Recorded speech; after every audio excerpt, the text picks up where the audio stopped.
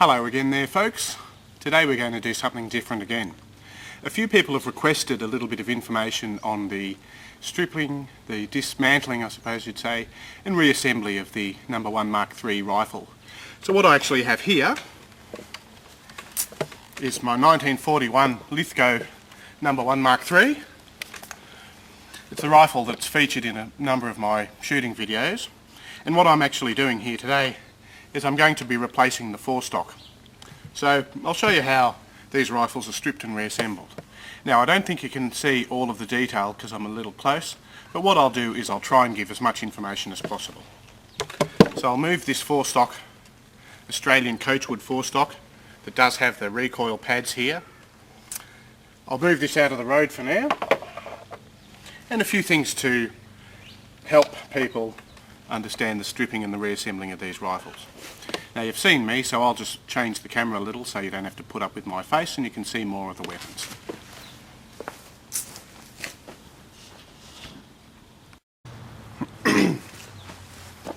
Alright, we'll go again. What we have to do, this is the rifle with its bolt in, with nothing in the chamber, or the magazine. So what we're going to do is I'm going to show you the technique for stripping this rifle down. First thing you need are good screwdrivers. Good straight edge screwdrivers. I've picked these ones particularly, especially. Pair of pliers, big one, because you want to use quality gear.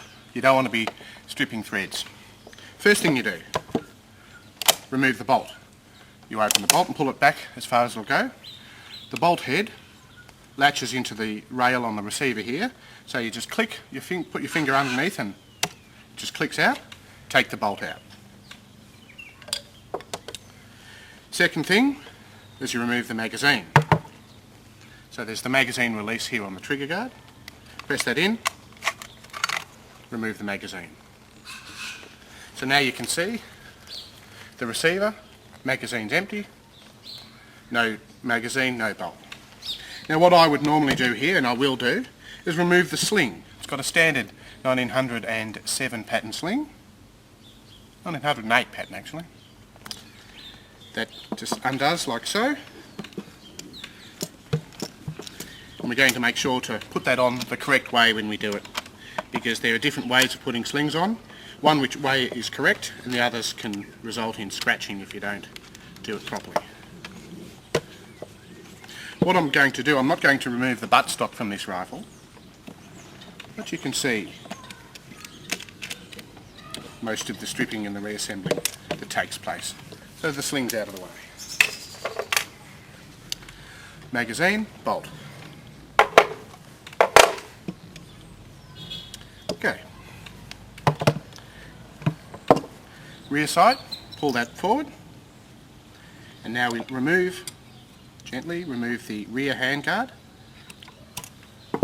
That just clicks off, it's got a spring clamp on here. That's out of the way. Put the sight down again. Now what we have to do is we have to start up the front. So what we're going to do, we're going to remove the nose cap. That has a forward screw and a rear screw. So the forward screw,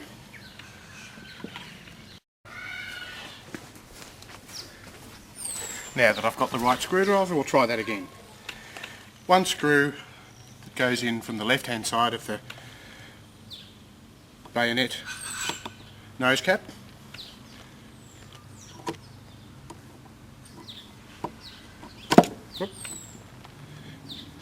That doesn't have much of a thread on it. Well, it's not all that long. Then underneath,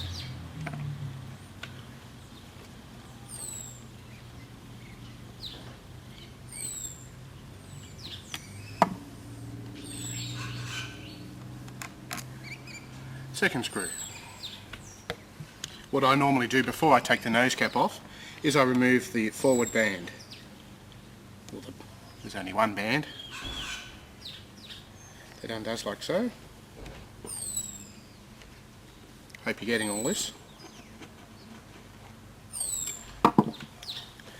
This band is hinged, so it comes off like so. What I normally do is close things up, screw them back in just a bit, just so I don't lose things, because I'm good at losing stuff.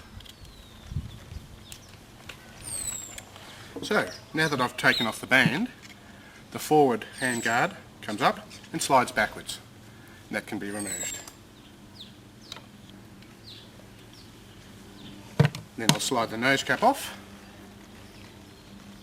Sometimes it needs a little gentle persuasion. So very, very gently with a hammer, and I use a little block to transfer the knock. Oops.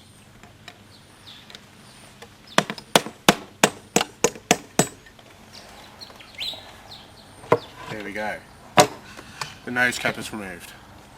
So what I normally do is put the screw in there just so I don't lose it.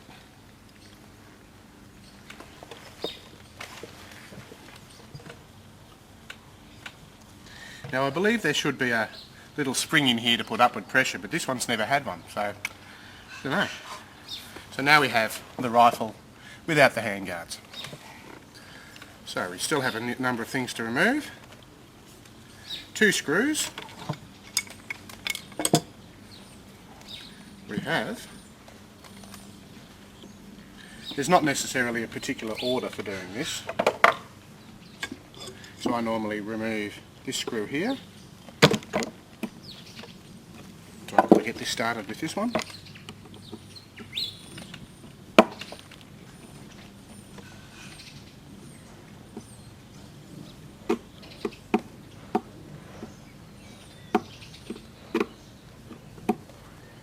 Hope we're getting all this.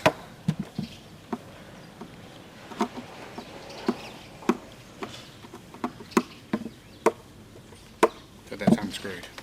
Now we have to remove the trigger assembly. So what I normally do is I back off the rear screw here above the trigger guard.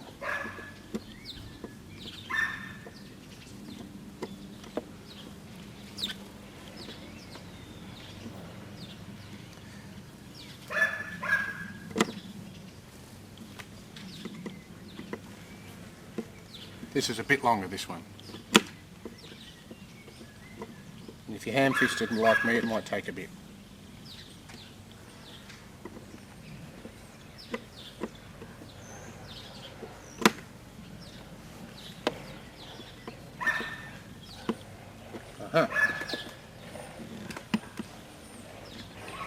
Just loosen that. And the king screw. This one has a swivel. Post-war target swivel by the looks of it, but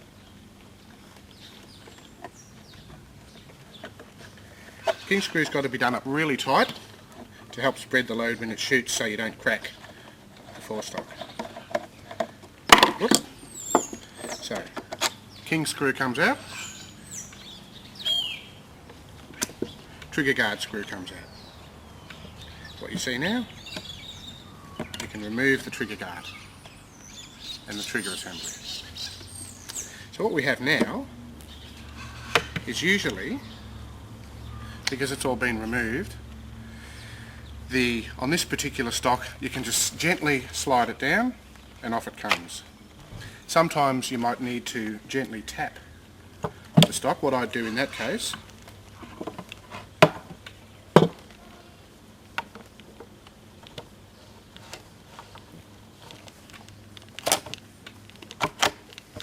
is I would use my spreader on the edge here, because you don't want to damage the wood, and just gently tap a couple of times on this side, a couple of times on this side, gently ease it off. A couple of things you don't ever do: if it's tight, if it fits tightly, you never just yoink it forward this way because you can damage the wood. And the other one is always, always, always remove the forestock before you try and take out the butt, and I'll show you in a minute why that is.